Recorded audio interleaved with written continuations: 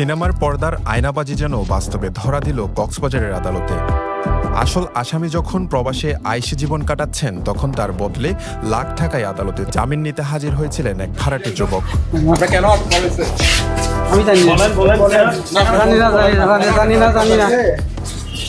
কিন্তু শেষ রক্ষা হয়নি। আদালতে ধরা পড়ল সে জালিয়াতি।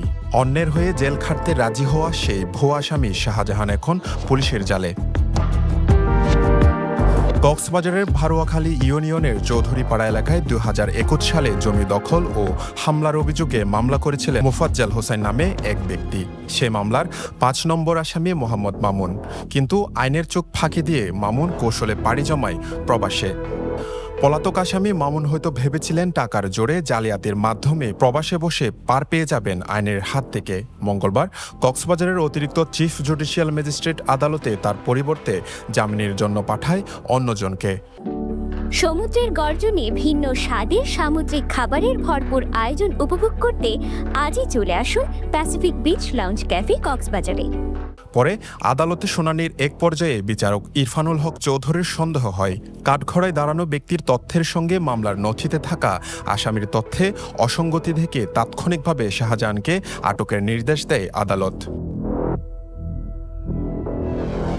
টাকার বিনিময়ে অন্যের অপরাধের দায় কাঁধে নিতে আসা শাহজাহানকে শেষ পর্যন্ত হাজতে যেতে হলো। মামু আলতাস বিদেশ ছিল, ওই মামুনও বিদেশ থাকে। আলতাস কিছুদিন আগে বিদেশ থেকে আসার পর এই শাহজাহানের সাথে আবার এলাকায় বিভিন্ন অপকর্ম শুরু করে দিয়েছে। এবং ওকে আজকে বিজ্ঞ আদালতে CR 1013/2022 মামলায় ওই মামুনের স্থলে ওই সন্ত্রাস শাহজাহানকে বিজ্ঞ আদালতে জামিন নেওয়ার জন্য এসেছিল। এটা বিজ্ঞ আদালতের কাছে যখন শনাক্ত হয়, তখন ওনাকে ধরার জন্য বিজ্ঞ আদালত নির্দেশ দিল। উনি বিজ্ঞ আদালত থেকে দৌড়ে পালিয়ে গিয়েছিল। আবার পুলিশকে নির্দেশ দিলে পুলিশ দৌড়ে গিয়ে ওকে গ্রেপ্তার করে বিজ্ঞ আদালতের কাছে সুপর্দ করে। বর্তমানে এই ভুয়া আসামি শাহজাহান উনি বিজ্ঞ আদালতের হেফাজত আছে। আইনজীবীরা বলছেন এটি একটি পরিকল্পিত জালিয়াতি। প্রবাসী থেকে এভাবে ছদ্মবেশে আসামি হাজিরা দেওয়া আইন ব্যবস্থার সাথে এক ধরনের উপহাস।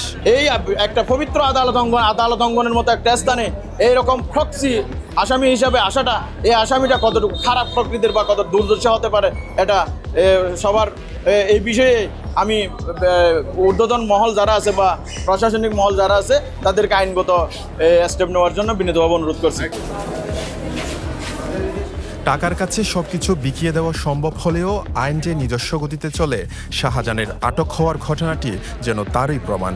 তবে এই ধরনের কাজ ভবিষ্যতে যেন পুনরাবৃত্তি না ঘটে, সেই বিষয়ে সুনজর দেওয়া উচিত বলে মনে করছে সচেতন মহল। বিশ্বজিৎ মল্লিক, পেনোয়া নিউজ।